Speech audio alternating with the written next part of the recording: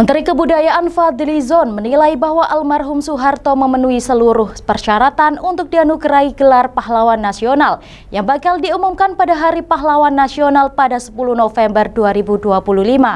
Hal itu dikatakannya saat melaporkan 40 nama calon pahlawan nasional yang baru diusulkan, serta 9 nama tambahan yang merupakan lanjutan dari tahun sebelumnya kepada Presiden Prabowo Subianto di Istana Kepresidenan Jakarta.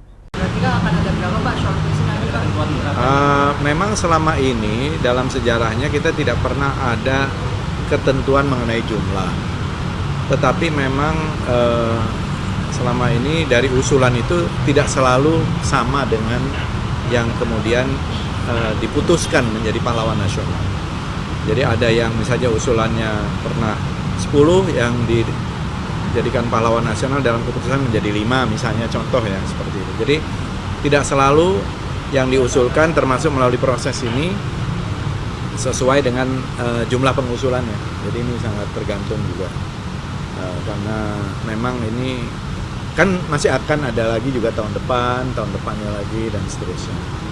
Penegasan aja Pak, ini kan soal Pak Harto ini mendapatkan cukup kontroversi ya di publik. Berarti kalau dari GTK sendiri melihat Pak Harto memenuhi syarat ya Pak untuk yang mengatakan memenuhi syarat itu bukan hanya dari GTK, dari kabupaten kota, dari provinsi, dari TP2GP.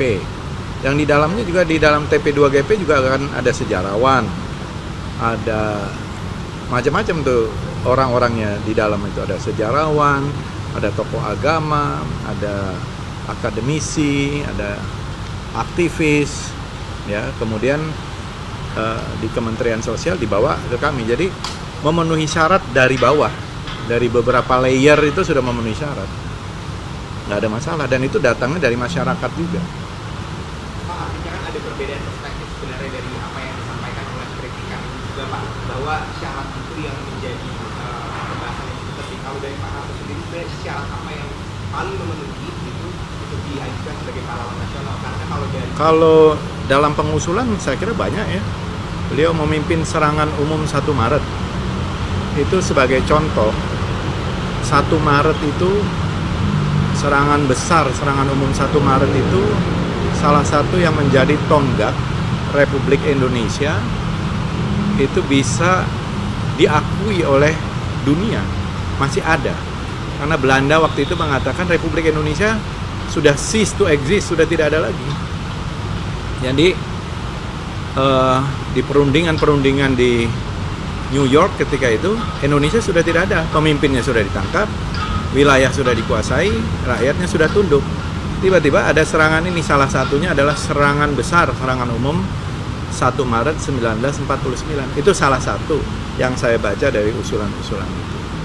Nah, itu kan menandakan Pak Harto sebagai komandan pertempuran serangan umum 1 Maret punya jasa di dalam kemerdekaan, perang mempertahankan kemerdekaan Republik Indonesia.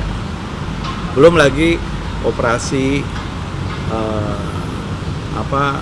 pembebasan Irian Barat dan lain-lain. Jadi ada rinciannya, nanti rinciannya kalau mau lebih panjang nanti saya berikan.